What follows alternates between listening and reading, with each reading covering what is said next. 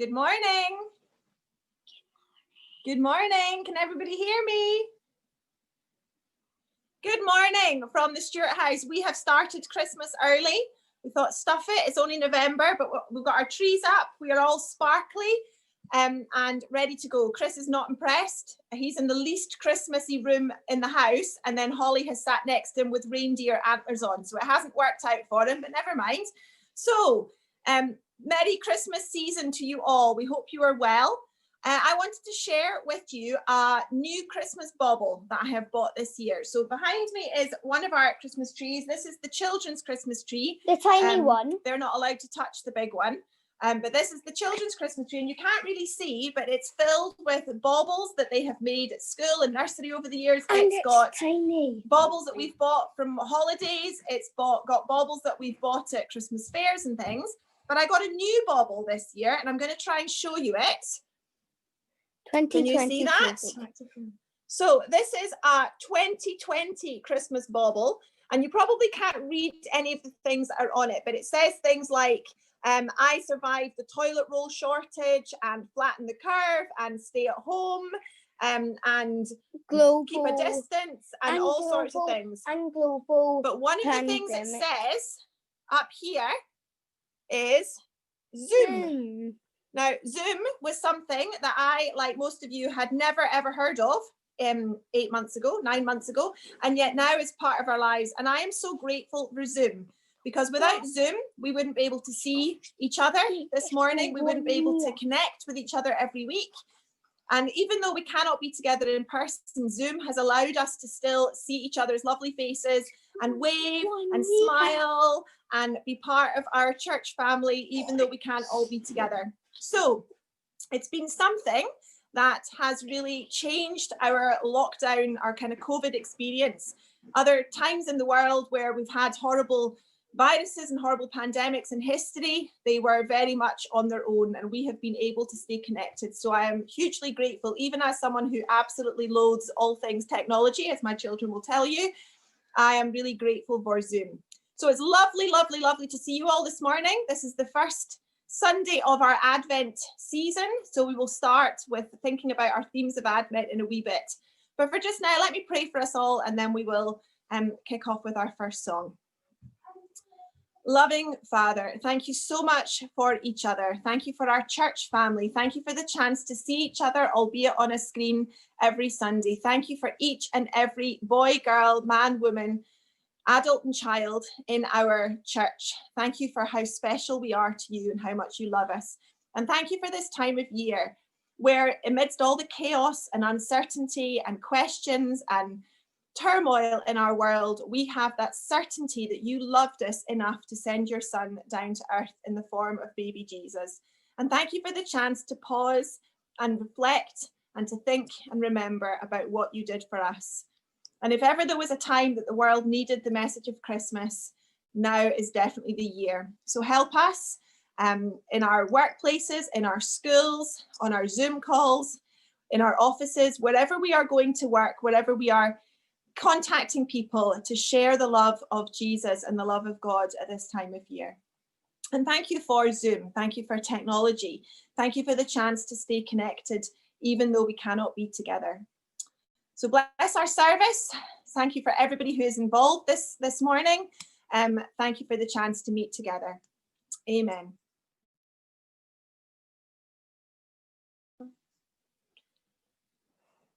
Thank you for that. That's our favourite Christmas song. Lucy asks for that every single Sunday, and Adrian is always a real bah humbug meanie and won't let her sing it every Sunday. So we thought, we're in charge, we're just going to sing it. So Dawn has sent some videos to Timothy to share with us, talking about Advent. So we're going to watch the first one of those just now.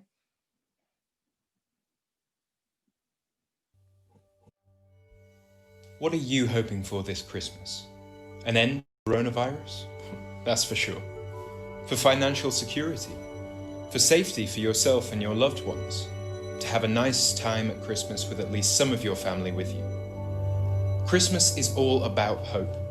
Blessed hope. Hope of full forgiveness and eternal life, offered by the babe in the manger, who grew up to be the Christ of the cross and the Redeemer of the resurrection. Hope. Sure and certain hope that he will one day return in power and might to restore and reconcile all things to himself and take us to be with him where he is. Jesus promises all his followers that blessed hope, and as his people, we are instructed to be eager to do what is good. And what bigger good thing could we do than share this blessed hope with everyone we can? This Christmas, speak hope, give hope, live hope.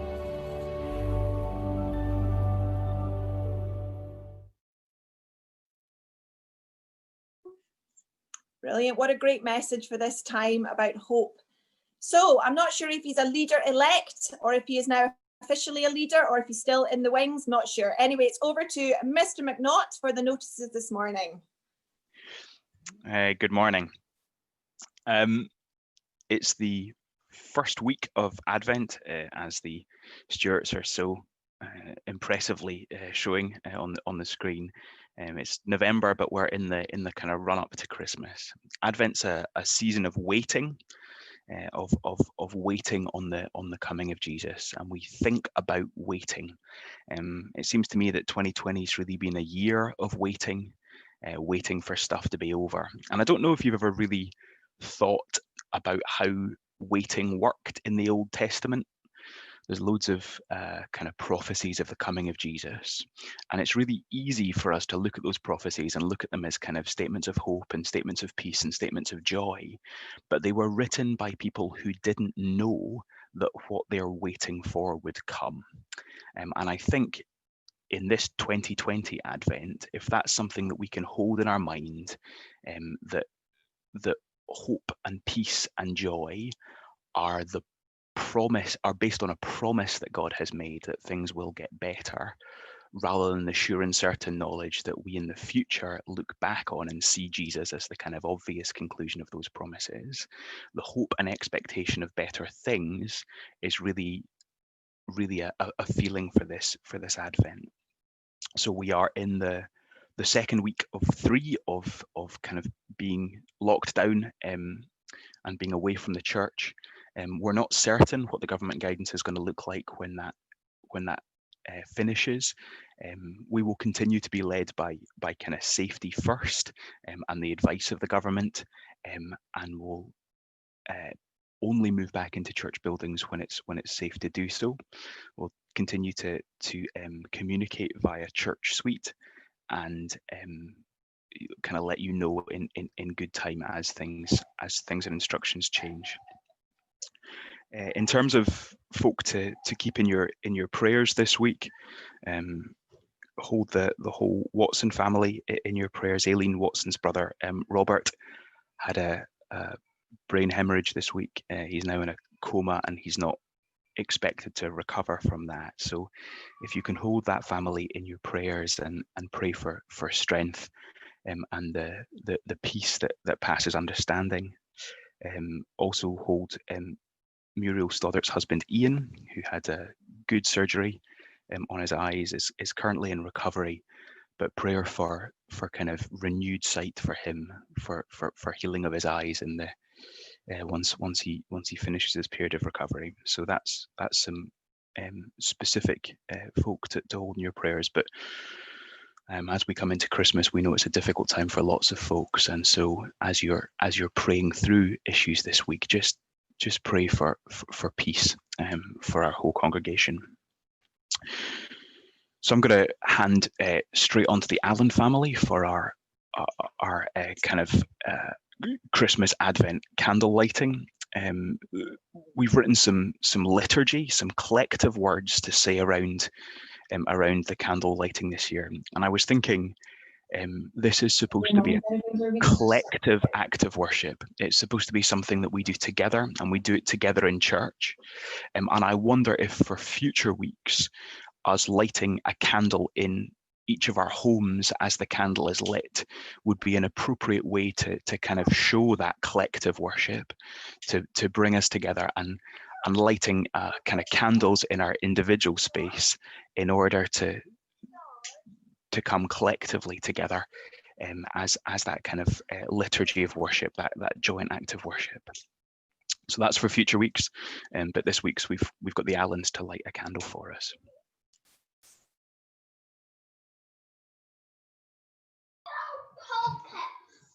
Okay, today we're lighting the first candle, the candle of hope. The prophet Isaiah tells us of the one who will bring hope.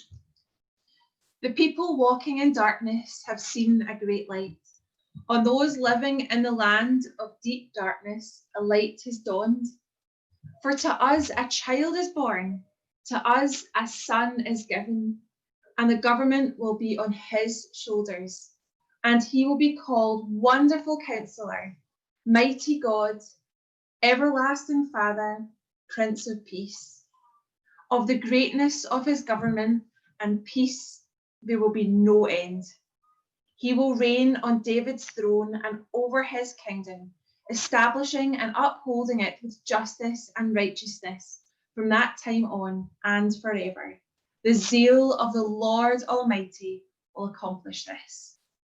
We light this candle to burn as a sign of hope among all people.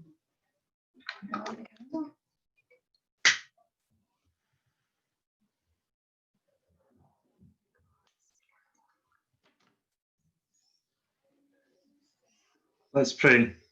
Jesus, in a world of despair, despondency, and disappointment, you are the source of all hope. Teach us to see beyond our present circumstances and focus on the hope that you are for the world. So together we say, come, O come, Emmanuel.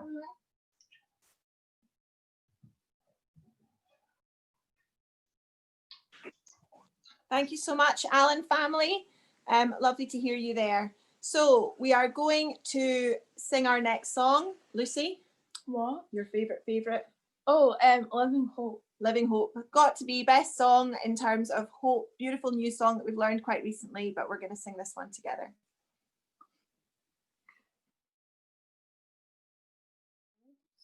Great, love that song. So hopefully Phil Ray has managed to, oh, he's there. I see you looking like a Jedi, Phil, this morning. I'm loving the hood. Straight after Phil has spoken, we're going to sing an oldie children's song. Timmy, when I sent Timmy the link and told him to let me know that he could definitely open it, he sent me a message back saying he could open it, but he wasn't sure it was a good thing that he could open it, which was very mean-spirited of him, I thought. So the reason I've chosen this song, it's a great song. It's very, very simple, but it's kind of Christmassy because it's ho, ho, ho, Hosanna. So I figured it was as near a Christmas kid song as I could get. So I hope you enjoy it, but we're going to listen to Phil speaking first and then straight into the song. Thanks, Phil.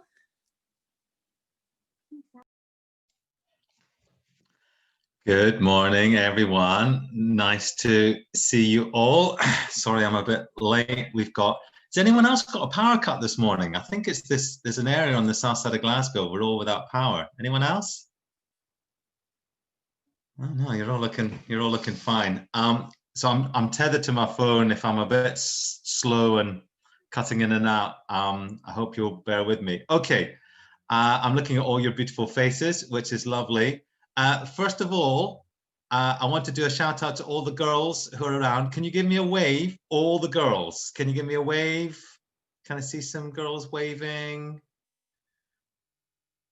There's not a lot of waving going on. I'm going to put that down to my internet being rubbish. All right, now boys, any boys there? Give us a big wave, all the boys. Excellent.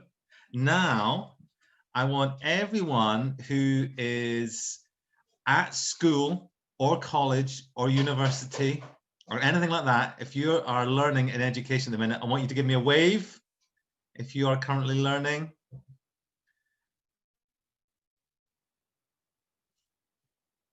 It's just the Stewarts that are waving, really, and some of the Van der Valts, I think, although they're a bit frozen on my screen. I'll just take it that you're all waving at me. Okay, now this one's going to need to involve some typing into the chat.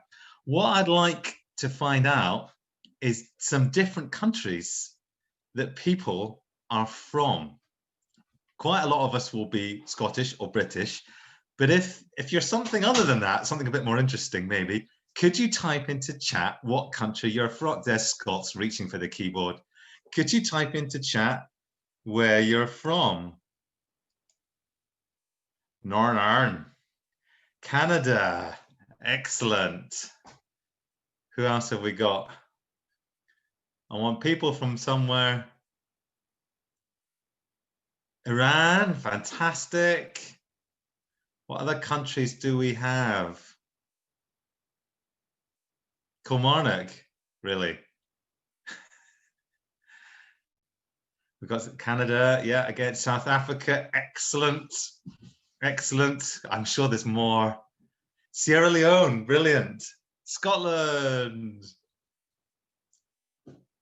Any more for any more?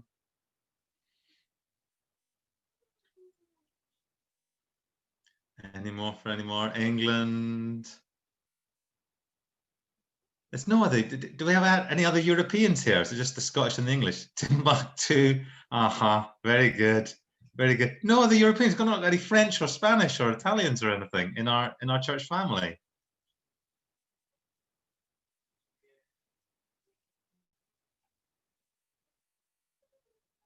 Oh, Namibia. Excellent. It's almost like we've got more Africans than Europeans in our church. Well, that's interesting.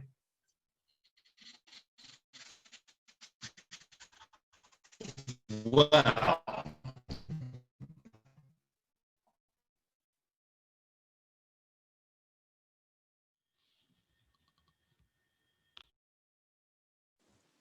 Have we got Phil back? That's a very short song. Are you back there, Phil? I don't think you are. I think we're going to have to give up on Phil. I think his Wi-Fi is not working. No. Nope. Who knows what he was going to tell us about all these different countries? That's something that's going to have to keep us wondering for the rest of the week, what he was going to tell us about all these different countries. But boys and girls, we are going to have the sermon now. Now, obviously, normally you would be going to Sunday school. So you can, I don't know, my two now start playing with Lego. Sorry, no offense, Dawn, but that is what they start doing during your sermon. Just the kids, not Chris. He listens really well. So boys and girls, I'm really sorry about your kids' talk this morning. We just couldn't get that connection to work properly. But we will maybe catch up with Phil a wee bit later on. So over to Dawn for our sermon. I think I have you. Okay, thanks so much, Helen. Thanks, boys and girls. If you're making something with Lego this morning, well, I would like you to make me, let me see, I'd like you to make me a town or a little village with a wall around it. See if you can do that. If you've got any Lego, there's my challenge to you today. And if you're able to make a town or a city with a wall around it, then we'll maybe get to see it at the end of the service, okay? So let's see what you can come up with. So you can come up with a little town or city. That was just off the top of my head. Okay, so sorry that we weren't able to see all of Phil's message. He's left us in anticipation of what we were going to hear. But we're going to just go into our message today. As David said, this is the first of our Advent series. And this year, we're going to think about what it meant and what it means for God to become human. That is the whole heart of Christmas for us as Christians. That's the whole heart of Advent, God becoming human. And this is one of the words that we use. We'll get into it a little bit more this morning of what this word Emmanuel actually means.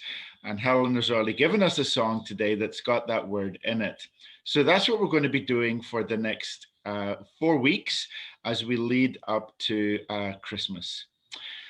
First of all, this morning, for the boys and girls who are still there, I want to tell you and all of us a story about an anthill. I heard this story from a very, very famous preacher, probably the most famous preacher of the 20th century, and his name was Billy Graham. Back in 1990, Billy Graham came to Scotland, and I got to hear him in Edinburgh, but I also got to hear him in Glasgow. I heard him 2 times during that time. And on one of those occasions, and I've been trying this morning to think, was it Edinburgh or was it Glasgow? I can't remember. He told the story of the anthill. I've forgotten everything else that Billy Graham said, apart from at the end of his message, when they play Just As I Am, he invites people to come on down to the front. And hundreds of people came down, as they always did. And so Billy Graham tells this story, and it's actually a story of himself. One time when Billy Graham was a little boy, growing up in North Carolina, he loved to fish, and his dad took him out fishing. And they went out in their boat and they caught some fish, and great day. He loved it.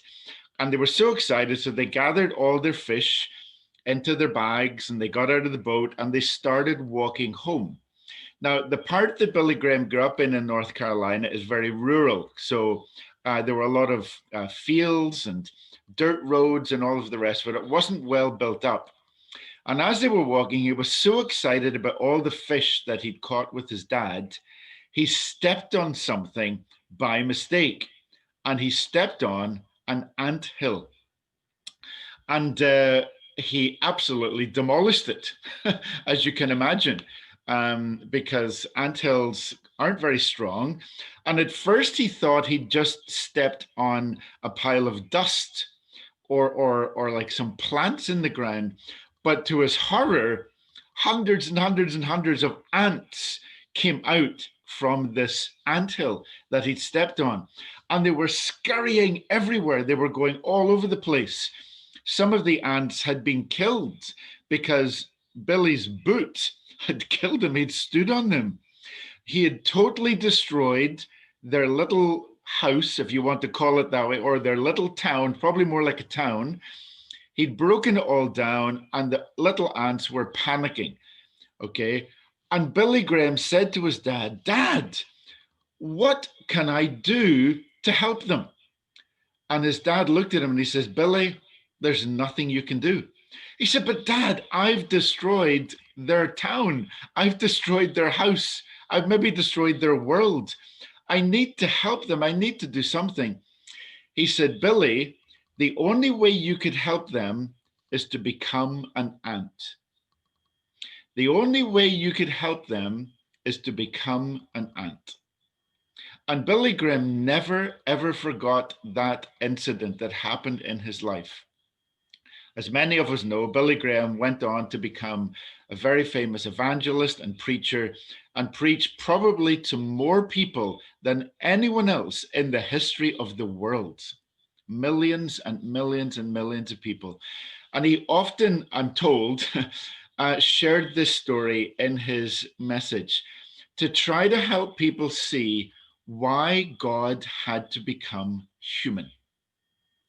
Because in one way, Billy and his dad, they wanted to help the ants. They wanted to help rebuild the ants' world and build it up again, but they couldn't because they were too big and they were not with the ants. The only way they could help was to get alongside the ants, to become like them, and with the ants to rebuild their world. And that's what I want to share with you today, and what we're going to share over the next 4 weeks. Why God had to become small and tiny and fragile and dependent, just like every one of us. We're going to base our messages for the next 4 weeks on verses from the book of Hebrews. And so here's the first verse I want to share with you this week and today. And it's right at the very beginning. It's the first 2 verses of the book of Hebrews. And it says this: "In the past, God spoke to our forefathers through the prophets at many times and in various ways. But in these last days, he has spoken to us by his Son, whom he appointed heir of all things and through whom he made the universe." So we're going to delve into this a little bit this morning, and we're going to go back to the prophets, because Advent begins with, as Dave reminded us this morning, a promise. Advent begins in the past. Advent doesn't begin in Matthew chapter 1 with the story of the announcement to Joseph. Advent doesn't begin in Luke chapter 1 with the announcement to Mary, or the angels appearing. It certainly doesn't begin with the wise men coming or anything to do with what we associate with the Christmas scene. Advent begins way, way, way back in the Old Testament. God spoke in the past. And as David reminded us, it was spoken to a group of his people who were waiting. They were waiting for God to fulfill his promise. They were living in challenging times. And the prophets came and they spoke the word of God. Sometimes they spoke, in, as it says here, in all kinds of different ways. Sometimes they shared stories. Sometimes they shared visions that God had given them. And sometimes they even acted it out. On one occasion, this prophet lay on his side for a whole month. Well, more than a month, for 40 days. He just lay there on his side for 40 days. Can you imagine that? I think some of the boys and girls are still there. Imagine boys and girls lying on your side for 40 days, not moving. And everybody comes to your house and they go, why is he lying on his side? Why doesn't he get up? There's a man in our church at the moment called Ian, and Ian has had to actually lie down for 10 days. He's had to keep his head down because he's had an operation on his eyes. It's bizarre. Some of the things the prophets did were very weird. And then they used what they did to share a message with the people. I'm not going to tell you why that prophet lay on his side for 40 days. You can ask me another time or figure it out for yourself. But the author of Hebrews says, in these last days, he has spoken to us by his Son. So the author is trying to say everything that God said in the Old Testament, through all of these prophets, was all pointing forward to how God would come into the world. It was all predicting of what God was going to do one day when he came into the world. Okay, I want to talk about 3 babies just now. 2020 has been a difficult year for all of us, but 2020 in our church has been a year about babies. We've had babies that were born to friends and family members of people in our church, to people who used to hang around our church, but we've also had some babies born into our church family. And I want to share a few pictures with you this morning, and then we're going to go back to the book of Isaiah. Here we go. Back on the 23rd of May. Oh, it only feels like yesterday, doesn't it, Fraz? Doesn't it, Kirsten? On the 23rd of May this year, this little guy came into the world. Finley Jack Smith. There he is, all cuddled and wrapped up in swaddling clothes and not quite lying in a manger, lying in his dad's arms. But there he is, looking very peaceful. And there is Finn getting bigger as the days and weeks go by. And what joy, what incredible joy that brought to Fraser and Kirsten and all of the extended family. And this little guy came into our world and has brought joy and love. I don't know about peace yet. Maybe not a lot of peace in the house, but that'll come one day maybe. But that was our first one who was born this year and the joy he brought. And then, wait for it, baby number 2. There he is, David Andrew Walker. Look at that little guy. Does he look happy or what? I've never seen anyone look as happy sitting in a stroller with his little seatbelt on as David Andrew Walker. 5th of June, he popped into the world. And there's proud dad, Ewan, and mum, Vicky, and wee David. So maybe one day, we'll get to see these wee ones all together as a church family. I know Fraser and Kirsten have been able to come back. We haven't quite seen David, and although I have, I've managed to get within 2 meters of David one night when I visited David or Ewan and Vicky to pass something into their home. But hopefully we'll all get to see these wee guys soon and hold them and pray for them and do all the things that we need to do for the wee ones. But, okay, who's the 3rd baby? Well, the 3rd baby is the one I want to talk about this morning, because I tried to show these wee ones to try to get us to realize how, can I use these words again, how fragile and dependent little ones can be. But this is how God came into the world. Can you imagine that? Can you get your head around the fact that God came into the world the way you and I came into the world, through a mother? We were born as babies. We cried. So did God. God cried. God had to be changed. God had to be fed. God had to be nurtured. God had to be cared for. God had to be protected and loved, like these little babies. The third baby is a little baby called Yeshua, Ben Joseph. Ben means the son of Joseph. He was born sometime around the year 5 BC. Now, you can see that Jesus came a little bit premature, all right? Actually, Jesus came 5 years premature. And that's quite complicated. If you want to know why he came 5 years early, again, ask me on another occasion. It was all the fault of a man called Dennis, who lived an awful long time ago, who wasn't very good at maths. But we'll come on to that another time. Okay, here he is, born to Joseph and Mary, 5 BC. About what it was meant for God to come into our world in the form of a little baby, in the form of a boy. Okay, so God spoke through the prophets. This morning, I want us to look at just 3 verses. 2 of them will be very familiar to you. We read these verses every year during Advent, and one of them has already been read this morning already. But I want to start in chapter 7.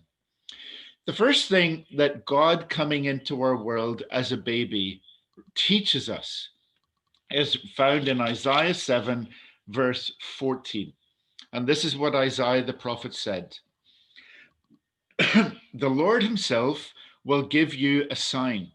Look, the young woman will conceive a child and will give birth to a son and will call him Emmanuel. That's what the prophet Isaiah said. He was probably talking about his own wife, because in the next chapter, we're told about a little boy that was born to Isaiah and his wife. So it probably was, God was giving him a sign. Okay, but to be careful. If I'm freezing and breaking up, just warn me, because I will do something about it. Okay, so the first promise was that he was going to give birth to a son.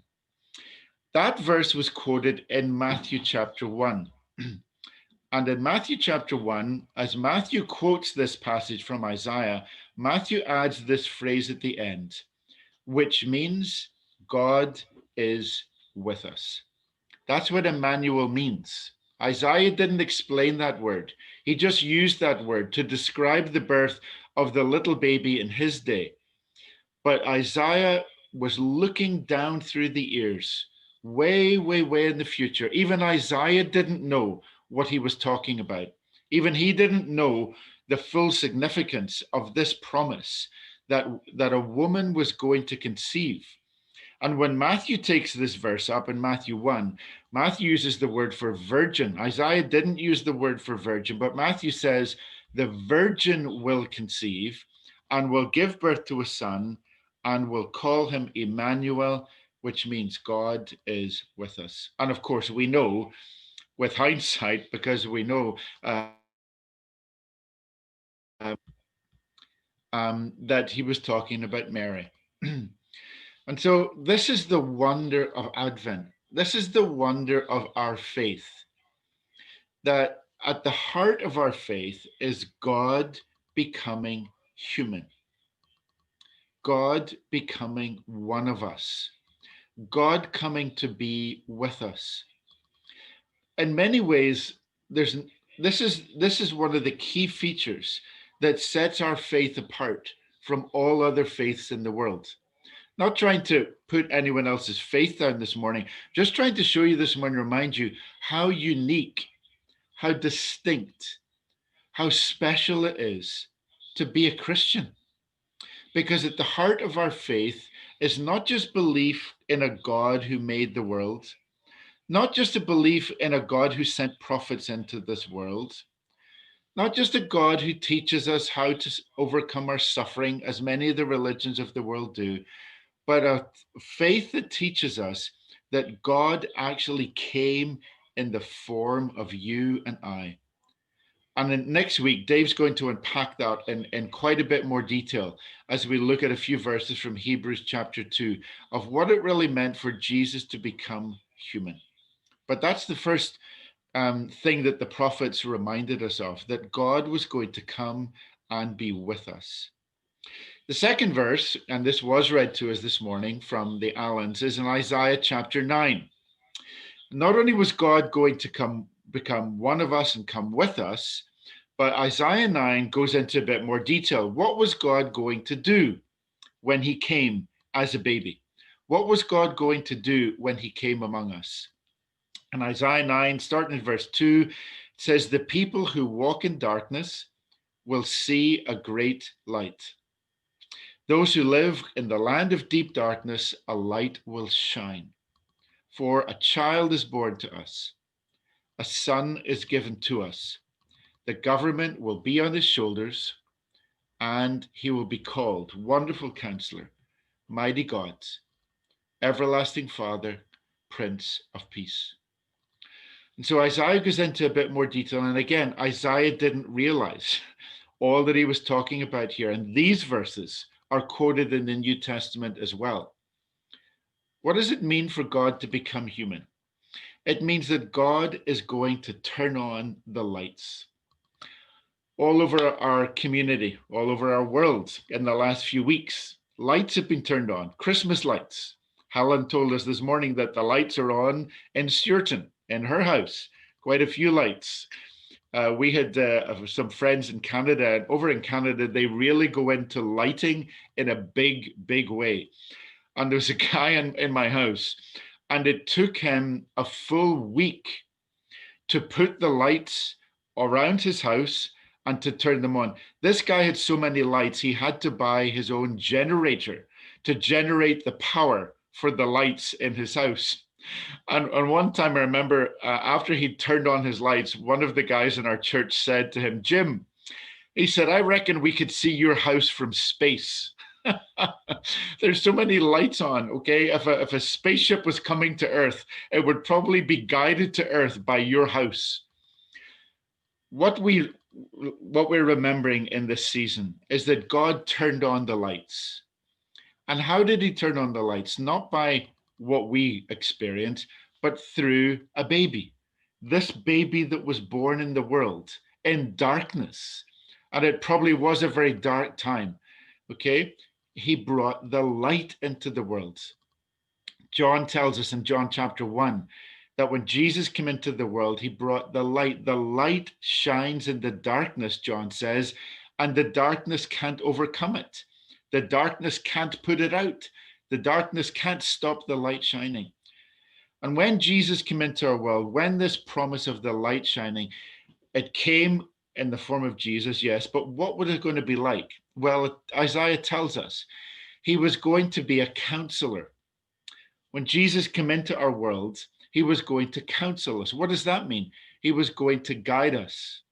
He was going to give us advice. He was going to give us instruction.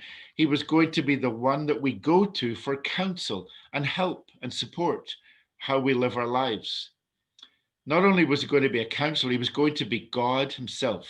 The baby was going to be mighty God. And we can't get our heads around that. There's a very, very famous theology book that was written over 1,000 years ago by a man called Anselm, and it's called "Why Did God Become Human?" And I was reading it this week, and at the beginning of it, he's got this friend called Bozo, of all things, not a clown, but his friend Bozo comes to him and he said, "I don't understand. How can God be a baby? How can God be God and be a baby at the same time?" And Anselm basically says, "We don't know. We can never understand that. I can't explain it. Reason can't figure it out." Okay, so but God was a baby in a manger, and that one grew up to show us, reveal to us the mighty God through his miracles and ultimately through his resurrection. Jesus was also going to be our everlasting Father. Now, there's another thing we can't get our heads around. How can the Son be the Father? How can the baby be the Father? Well, this talks about his care for us, his compassion. Jesus was going to reveal God as Father to us, as Abba, so that we could know God as our Abba, our Father, through Jesus for all eternity. And finally, Jesus was going to come to be the Prince of Peace. But again, that's for next week. Dave's going to talk about that for next week. So the second promise, the second hope that the prophets are giving us is that God was going to shine a light into our world and give us hope into our times. And finally, passage that we don't read normally at Advent, but I'm going to finish with this morning before we hand back to Helen. In Isaiah chapter 11, the prophet goes into a little bit more detail of what was going to happen when God came into our world. And he doesn't talk about a baby. He changes his image to a baby plant, not a human baby that's going to come, but a baby plant, a shoot that's going to grow up, a little shoot that's going to grow up from the ground. And he says, a shoot will grow up from the stump of Jesse. That's basically talking about Jesse was the father of David, King David.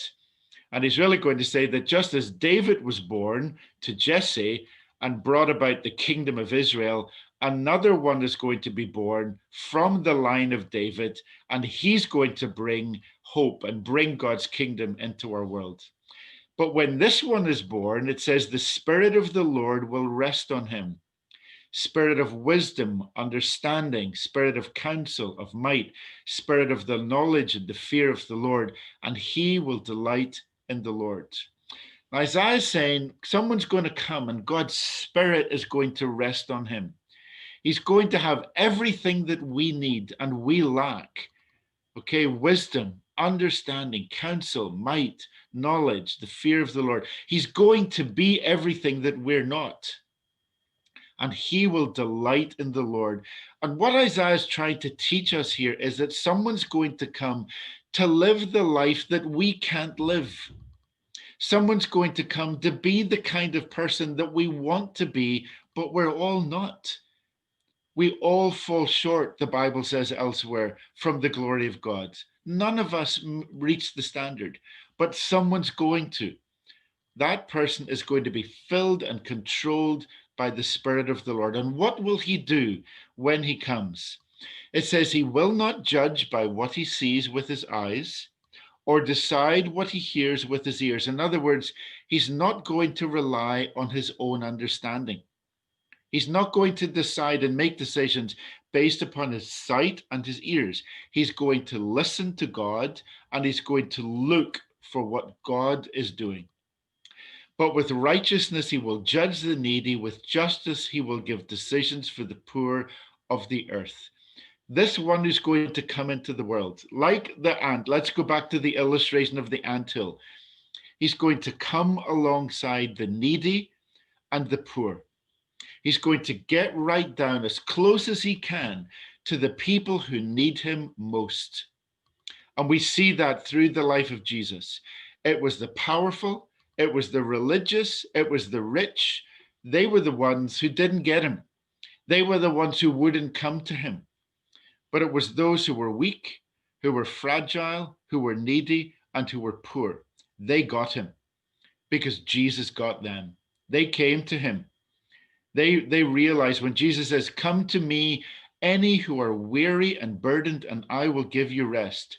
It was the weary, it was the burdened who came to Jesus. And that's why he came. He came to bring justice to people who didn't have any justice. And he came to make decisions for the poor. Then there's this beautiful phrase at the end of this section in Isaiah where Isaiah says, "The wolf will live with the lamb and the little child will lead them." Jesus was going to reconcile two things that really shouldn't be reconciled.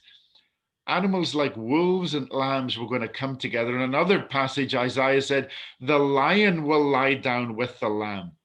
The lion will lie down with the lamb. And there's a song that we sing on Sundays that captures that, because it speaks about Jesus, the lion and the lamb coming together, the power of God and the humility of God, if you want, the fragile nature of who he was coming together. And so this morning, I want to draw this to a close. One of the songs that we sing this time of year, and I hope we're going to sing it sometime over this season, is O Little Town of Bethlehem. Helen has mentioned her favorite. This is actually my favorite Christmas carol, and maybe we'll sing it as we get closer to Christmas. We're going to have a carol concert, by the way. There's an amazing carol concert that has been produced by a whole selection of the top worship leaders in the UK, and they've done it in collaboration with the organization Compassion. It's going to be shown on one of the cable channels that we probably don't have, but from the 9th of December, it's going to be made available, and we've got it, and we're going to show that as our carol concert this year, probably the Sunday evening before Christmas, and I'm sure this is one of the carols we're going to sing. O little town of Bethlehem, how still we see thee lie. Above thy deep and dreamless sleep, the silent stars go by. Yet in thy dark streets shineth the everlasting light. The hopes and fears of all the years are met in thee tonight. And I put the word Glasgow in there because if only that would come to us. Oh, little town of Glasgow. Okay, and our town, our city, if you want, has been living in a deep and dreamless sleep, as all the towns and cities of the world have been. Many nights, maybe we see the stars go by, okay, and we're looking for this hope. We're looking for some light to shine on us.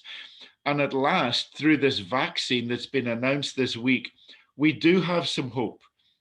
We've got some positive news on our TVs and in our papers, and we're all hoping that in the month of December, as this vaccine hopefully is rolled out, and the elderly at first, and the NHS and care workers get it, and then down through the different ages and stages of people, we're all hoping, aren't we? That's our hopes, that our hopes will be met through this vaccine. We're putting our hope and trust in something really tiny.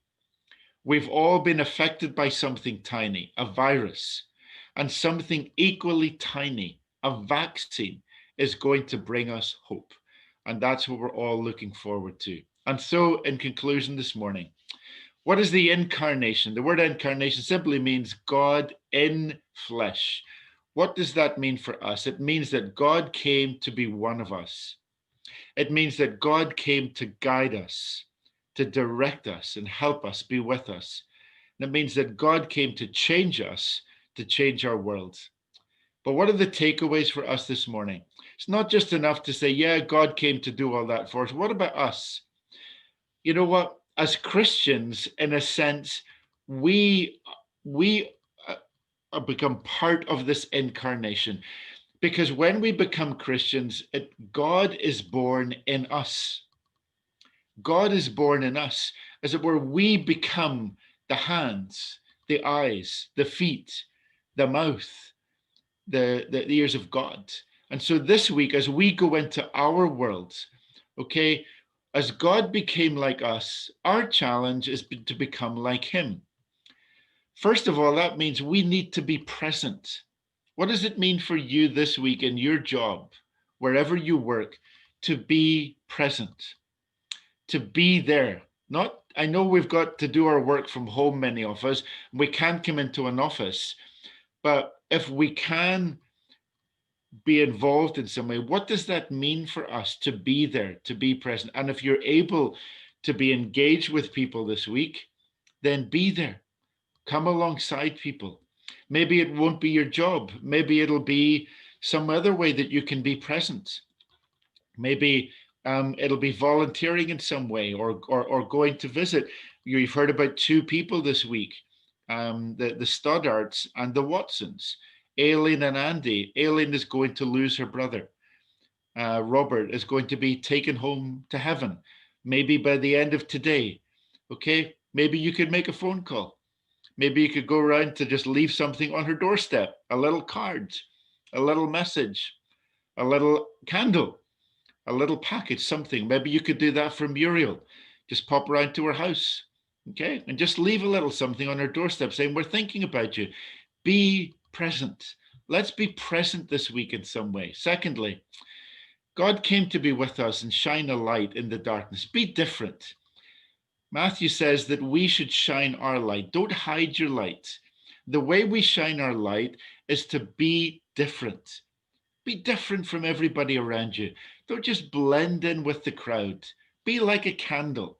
Shine this week through how you live your life, through what you say, the words that you say, through how you do your life, by what you do. Stand out, be different, and show by our actions that we are like him. And finally, be ready. Be ready. It says in Isaiah 11, Jesus was ready. The Spirit came on him and he was ready to go and be what God called him to be. Be ready for God to use you this week. God can use you wherever you are, even socially distanced. God can use you if you're ready. Say, God, help me this week to be like you. Help me to do, if it's just one thing I can do this week to make a difference in one person's life, I'm ready. I'm available. I want to do it. Show me. And I guarantee, folks, if we're ready and we say, here I am, just like Jesus, I've come and I want to make a difference. He will give you, he will show you what you can do to change one person's life this week. May we do so. Back to Helen.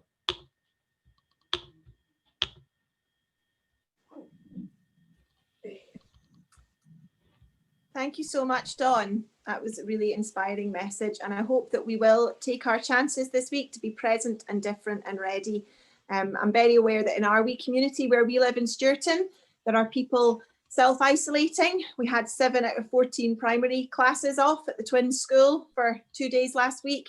There's an awful lot of people stuck in their houses.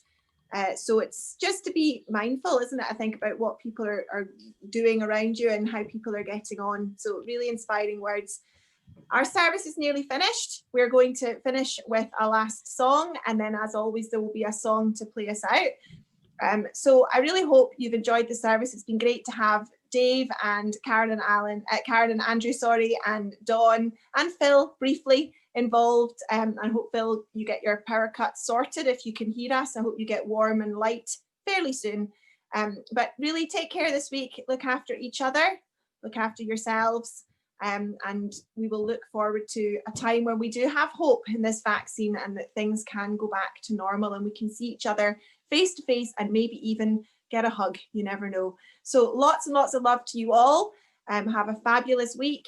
Enjoy the Christmas preparations, particularly those of you with kids. This is a truly manic month coming our way, but brace yourselves. It'll be fabulous. And I hope you all have a wonderful, wonderful week. So we're going to finish by singing King of Kings and Majesty, which speaks about the majesty of this baby who is coming into our lives in a few weeks' time.